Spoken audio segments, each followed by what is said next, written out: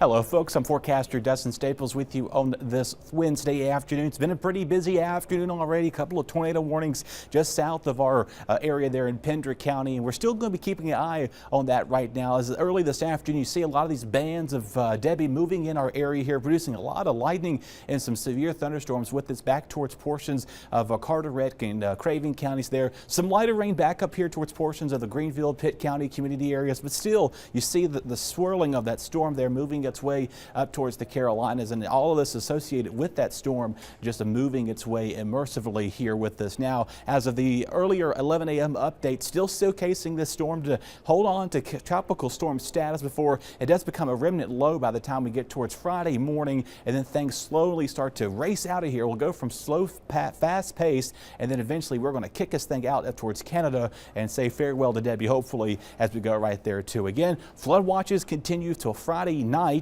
This includes everybody. We do have several tropical storm watches up for portions of our south coastal areas here. You kind of can see here there's been tropical storm warnings back towards Charleston. Again, those tropical storm watches that include portions of the Outer Banks, Crystal Coast communities, and again, those will continue at least for another day or so. Well, now we're watching here now after this is that flood threat. Yes, we're going to still see wind here there, but south of 264 and west rather, we'll see the highest threat moving in with that. Meanwhile, for the rest of us, we'll continue to monitor the swirling of the storm here. So by this afternoon, tomorrow morning rather, still seeing an embedded shower band move in our area here. We'll get a bit of a break, but these lines that started to feed over the same areas over and over and over, that's what we could be watching out for, the potential for more of that excessive flooding. Here we are by Friday morning, Friday evening. This thing is hopefully out of here good for good. It does look like things will slowly start to calm down as we go towards tonight. Now locally, zoom this thing back in here for you by 9, 10, 11 o'clock. We're dealing with heavy showers, embedded thunderstorms with that.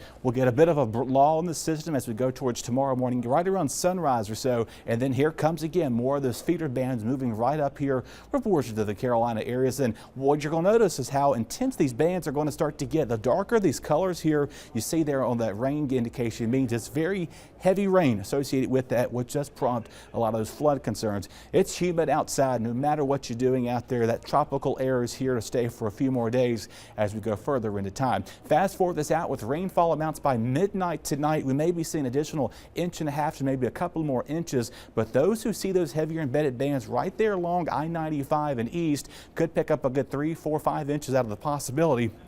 Meanwhile, coastal flooding will be the concern as we go towards this afternoon, especially in the next several days. Several of our creeks and rivers are already running really high right now. We may see more of those crests and peak as we go into the rest of the day. All right, folks, after we get through our first alert weather days through Friday, we say adios to Debbie. We'll bring back a slight chance of some showers and thunderstorms.